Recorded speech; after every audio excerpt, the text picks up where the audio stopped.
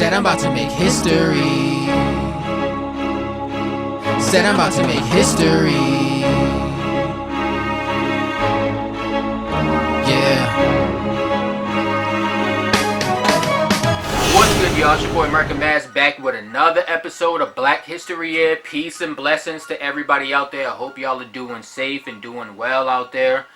Rest in peace to Ahmaud Arbery. I want to get that out there right now, man. Like, this has been ridiculous what's been going on in this country since basically the beginning of time. Racial injustice. We're going to make sure that the younger generation knows all about that, and we're not going to let them try to sweep these things under the rug. No more. No more, man. So today we're going to talk about George Steiny Jr., who was the youngest person to be executed in America.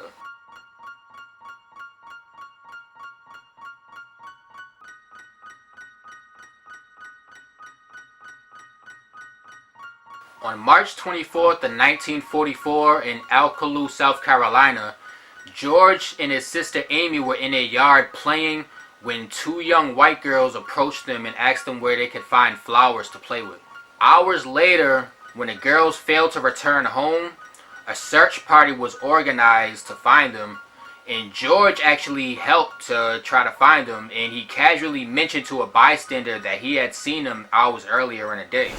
The following morning, their bodies were found dead in a shallow ditch. George was immediately arrested for the murders and subjected to hours of interrogation without his parents or an attorney. The sheriff later claimed that George confessed to the murders, even though no written or signed statement was presented. George's father was fired from his job, and his family was forced to flee amidst threats on their lives. On March 26, a mob attempted to lynch George, but he had already been moved to an out-of-town jail. On April 24th, George Steiny faced basically a sham of a trial where he was virtually all alone. No African Americans were allowed inside the courthouse, and his court-appointed attorney failed to call a single witness. The prosecution presented the sheriff's testimony regarding George's alleged confession as the only evidence of his guilt. An all-white jury deliberated for only 10 minutes before convicting George Steiny of rape and murder, and the judge promptly sentenced the 14-year-old to death.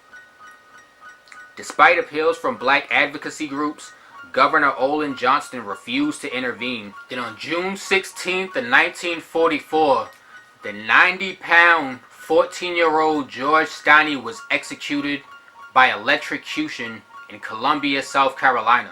70 years later, in 2014, a judge held a two-day hearing, which included testimony from 3 of George's surviving siblings, members of the search party, and several experts.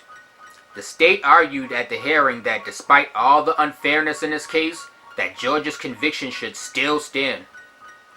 The trial court disagreed, though, and vacated the conviction, finding that George Steiny was fundamentally deprived of due process throughout the proceedings against him, and that the alleged confession simply cannot be said to be known and voluntary. They also concluded that his court-appointed attorney did little to nothing to defend him, and that his representation was the essence of being ineffective.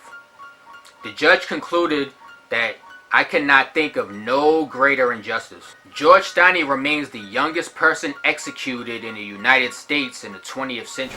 And that's going to do it for this episode of Black History Year. I hope y'all learned something today, and I'm going to keep this going. I'm going to keep this series going.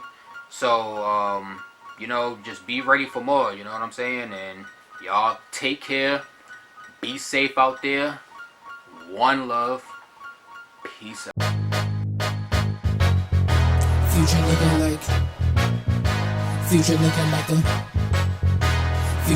like the sun when you I think it's right.